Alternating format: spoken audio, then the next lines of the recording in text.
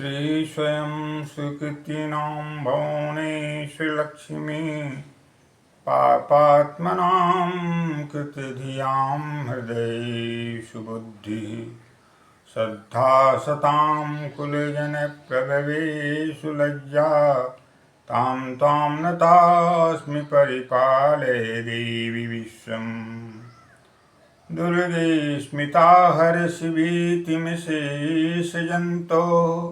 स्वस्थस्मिता मतिमतीव शुभां ददातु दारिद्र्यदुःखभयहारिणिका त्वदन्या सर्वोपकारकरणाय सदा चित्ता असुतासुरैः पूर्वमभीष्टसंश्रयात् तथा सुरेन्द्रेण दिनेश सेविता करोतु सानः शुभहेतुरीश्वरी शुभानि भद्राणि अविहन्तु चापदे सर्वाबाधा विनिर्मुक्तो धनधान्ये सुतान्वितः मनुष्यो मत्प्रसादेन भविष्यति न संशयः कृष्णेन संस्तुते देवी शश्वद्भक्त्या सदाम्बिके रूपं देहि जयं देहि यशो देहि दुषो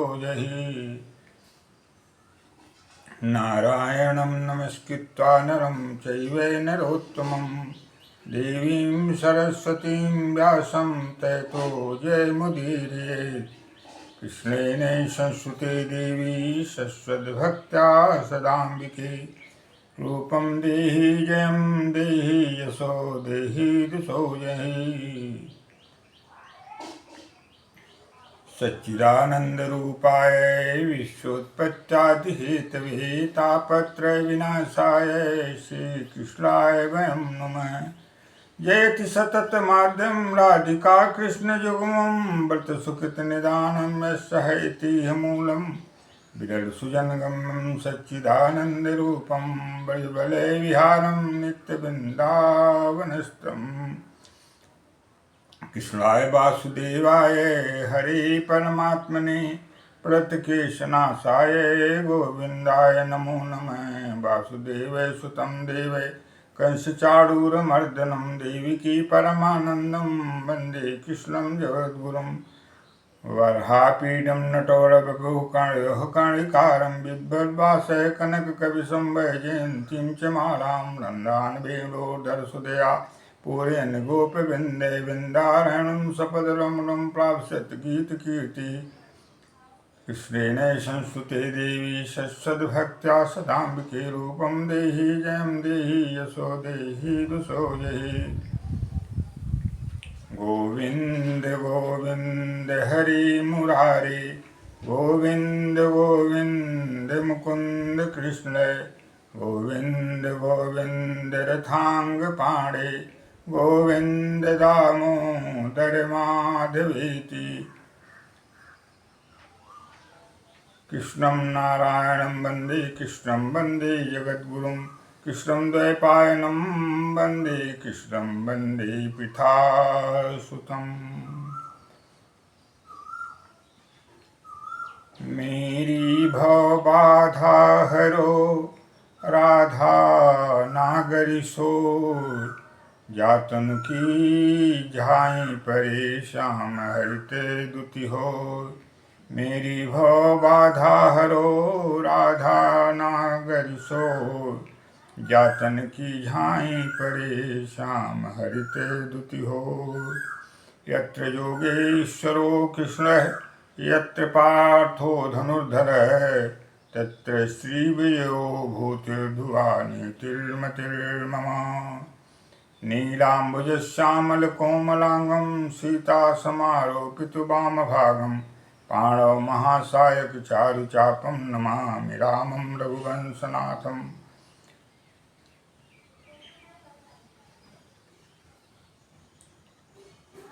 आपदामपहर्तारं दातारं सर्वसम्पदां लोकाभिरामं श्रीरामं भूयो भूयो नमाम्यहम्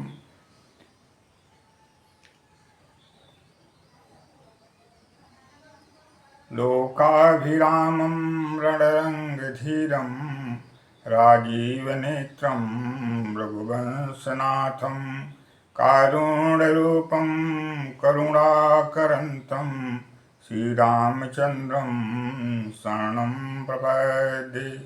उद्भवस्थितिसंहारकाणीं क्लेशाणीं सर्वश्रेयस्करीं सीतां नतोऽहं रामवल्लभाम्। रामो राजमणि सदा विजयते रामं रमेशं भजे। रामेणाभिहितानि साचर्यमु रामाय तस्मै नमः।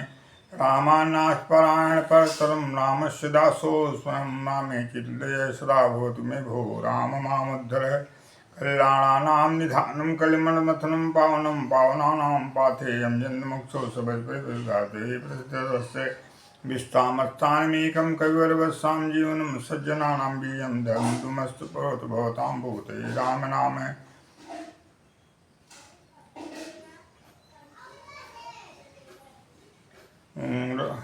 राम रामेति रामेति रमं रामं मनोरमे सहस्रनाम तत्तुल्यं राम नामे वरानने। आलोड्याखिलवेदराशिमस्कृत यत्तारकं ब्रह्म तत् रामो विष्णुसहस्रमूर्तिरिति विज्ञाय भूतेश्वरः। उपधित्याखिलसारसंग्रहमिदं संक्षेपतः प्रस्फुटं श्रीरामस्य निरूढतत्त्वमखिलं प्राह प्रियाय भवे।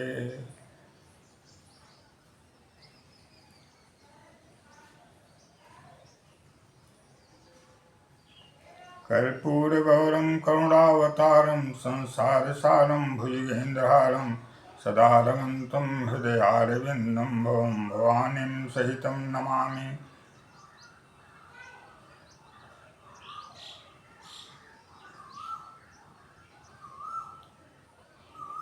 सानन्दमानन्दवने वसन्तं आनन्दकन्दं हतभाववृन्दं वाराणसीनाथं नाथनाथं श्रीविश्वनाथं शरणं प्रपद्ये।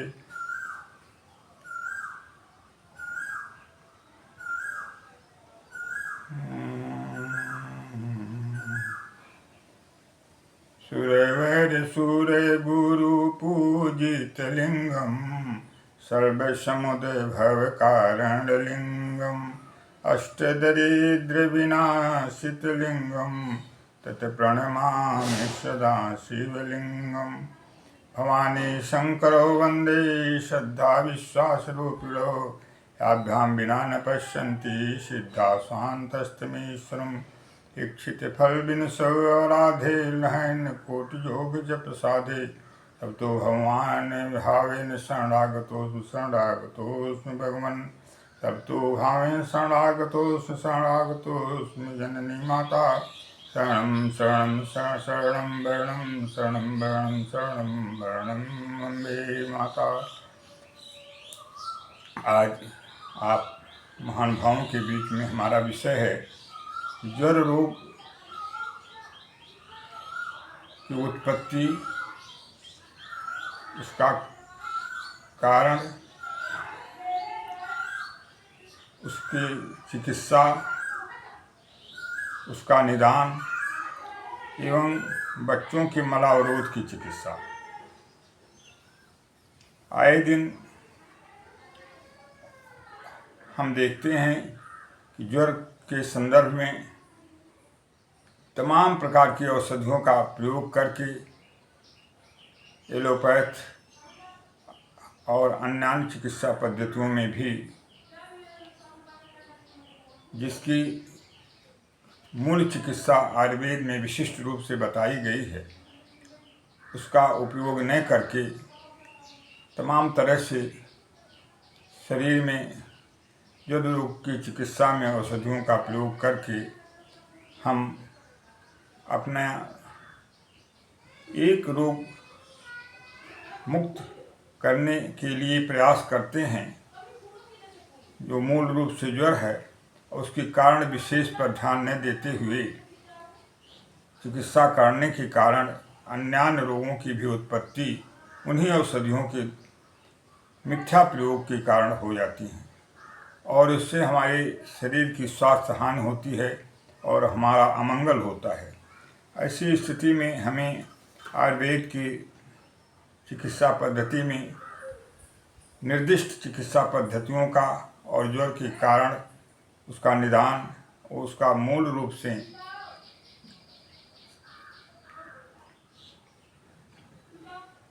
निर्दोष चिकित्सा पद्धति का प्रयोग करते हुए हमें ज्वर निवृत्ति करने की परम आवश्यकता है। आए श्रवण करें ज्वर की उत्पत्ति क्यों होती है और इसके बाद उसकी मूल चिकित्सा क्या है।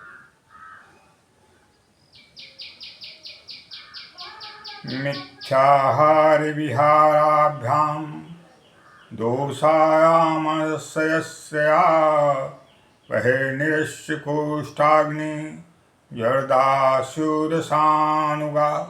माधव निदान में आचार्य माधव जी लिखते हैं, जो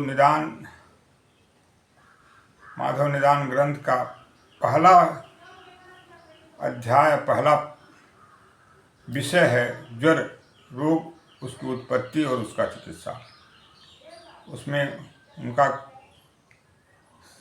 ज्वर चिकित्सा में निर्देश है किन कारणों से ज्वर पैदा होता है और उसकी चिकित्सा उन कारणों को हटा देने से स्वयं हो जाती है। मिथ्याहार विहाराभ्याम,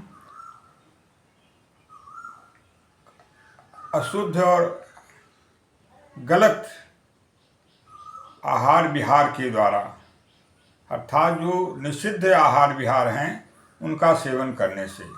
मिथ्याहार विहाराभ्याम दोषा आमाश्रयस्या, वे दोष जनित आहार आमाशय में जब जो है आमाशय के आश्रित होते हैं, अर्थात आमाशय में प्रविष्ट होते हैं, तो वे प्रवेश होने के बाद बहिर्निरस्य कोष्ठाग्नि, जो जठराग्नि है, जो भोजन का पाचन करती है, वह जठराग्नि को बाहर करके वे दोष जर्दाशूरसानुगा, रस धातुओं में आश्रय लेकर के ज्वर रोग की उत्पत्ति करते हैं। इसलिए मिथ्याहार विहार का परित्याग निदान रूप से, कारण रूप से ज्वर का प्रथम कारण है और उसका सेवन न करने से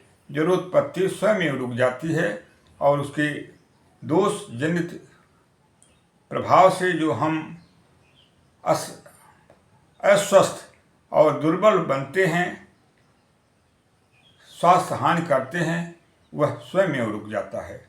इसलिए ज्वर रोग की चिकित्सा में मिथ्या आहार विहार का परित्याग प्रथम हर रोगी को करना चाहिए और हर रोगी को ज्वर से बचने के लिए भी मिथ्या आहार विहार का परित्याग करना चाहिए, जिससे जठराग्नि हमारी आमाशय में ही बनी रहे और भोजन का पाचन करने में पूर्ण रूप से समर्थ बनी रहे। और इसके चिकित्सा के संदर्भ में चिकित्सा का अवलोकन करें। परपट नागर निम्बेरु कटुका कड़ा किरात, काथ पी मिट जात हैं सकल व्यथा ज्वर जात। परपट नागर निम्बेरु, परपट पित्त पापड़ा, नागर सूंठ, नीम की छाल, कटुका कुटकी नाम के औषधि द्रव्य में, कड़ा पीपल, किरात चिरैता, इनका समान भाग में इन औषधियों को लेकर के इसका क्वाथ विधि से क्वाथ बनाकर यदि सेवन किया जाए शास्त्रोक्त विधि के अनुसार, अर्थात सुबह शाम 3 से 6, 10 से 15 ml, अवस्था विशेष के अनुसार 15 से 30 ml भी क्वाथ का सेवन भोजनोपरांत यदि किया जाए और रोग के अनुसार उसका सेवन समयावधि योग्य चिकित्सक के निर्देशन में निश्चित करते हुए यदि सेवन किया जाए तो क्वाथ पी मिट जात हैं। तो ऐसे क्वाथ के सेवन से समस्त प्रकार के व्यथा यानी कष्ट, शरीर का कष्ट और ज्वर दोनों समाप्त हो जाते हैं। इसलिए निर्दोष इस क्वाथ का प्रयोग करके हम और आप टाइफाइड और अन्य तमाम जो ज्वर हैं, 8 प्रकार के ज्वर आयुर्वेद में बताए गए हैं, उन सभी ज्वरों से मुक्ति प्राप्त कर सकते हैं।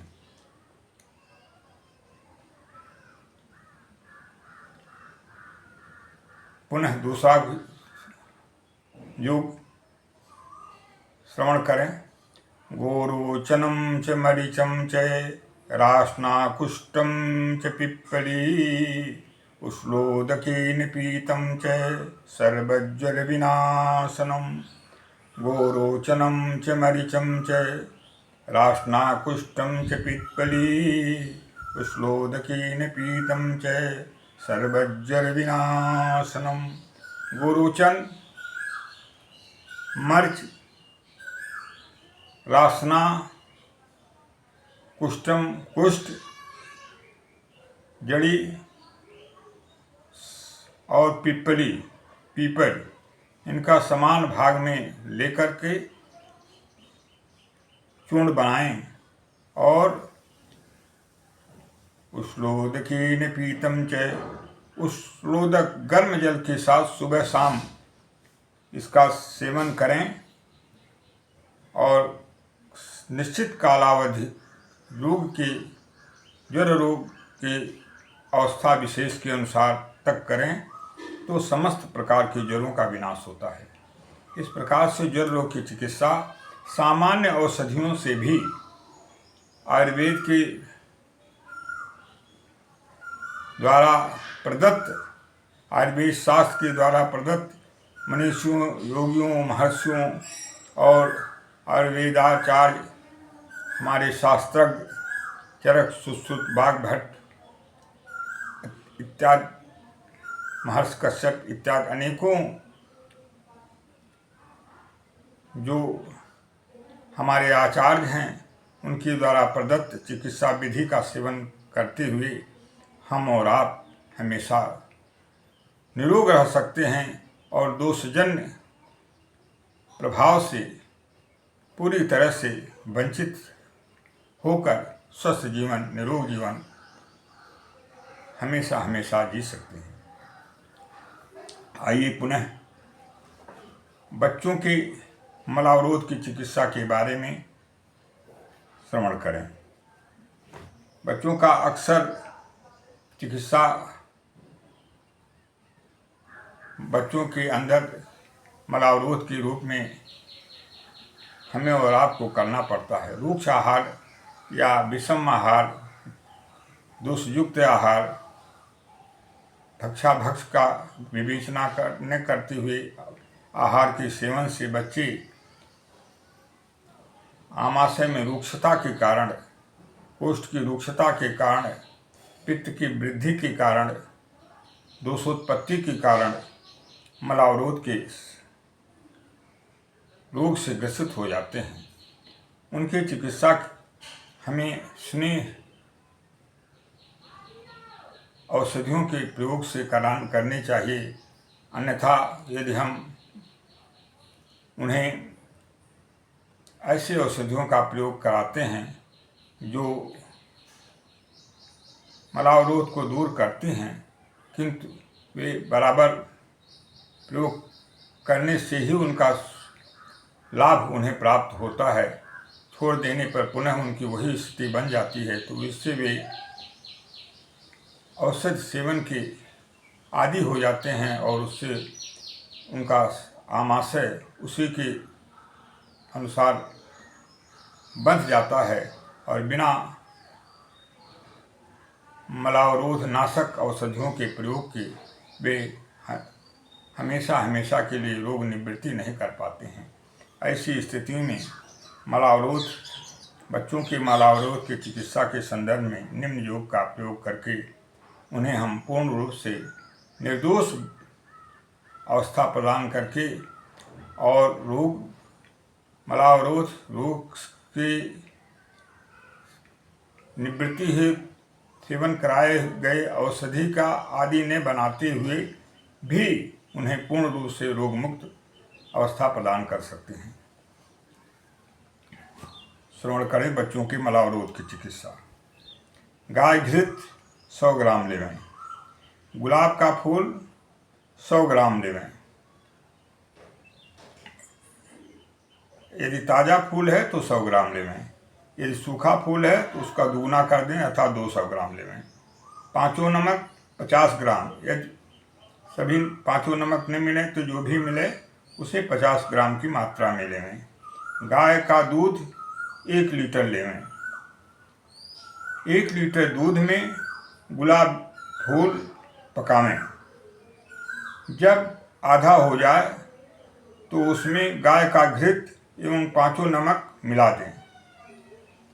तब तक पकाएं जब तक गाय का घृत मात्र शेष न रह जाए और यह पाक मंदाग्नि पर करें। तेज आंच में कभी भी योग का पाक न करें। इस प्रकार से जब गाय का घृत मात्र शेष रह जाता है तो उसको उतार लें और उसको छान कर रख लें। मात्रा 10 ग्राम से 20 ग्राम तक भोजन में मिलाकर सेवन करावें।